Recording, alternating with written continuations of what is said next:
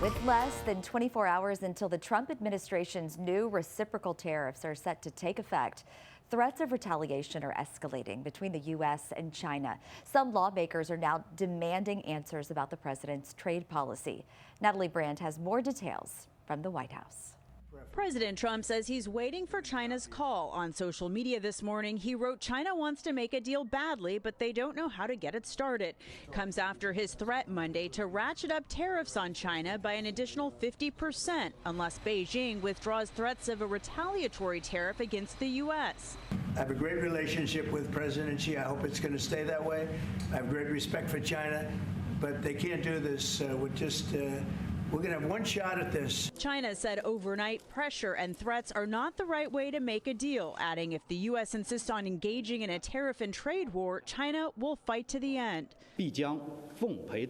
My message is negotiate this as quickly as possible. Bob Hemisoth is a fifth-generation corn and hog farmer in Iowa. How important is China to you? Well, China's always been a good trade partner for agriculture. My concern, wondering if that market's going to continue to stay there.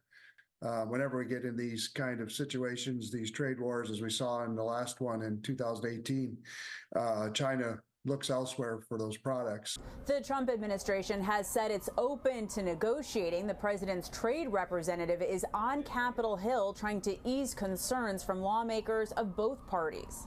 When tariffs are used, we all know agriculture is usually the first place of retaliation. Trade Representative Jamison Greer says the new tariffs are already bearing fruit. Nearly 50 countries have approached me personally to discuss the president's new policy and explore how to achieve reciprocity. Zimbabwe has also said it would scrap tariffs on U.S. goods, and the EU has said it will eliminate tariffs on industrial goods and cars if the United States does the same.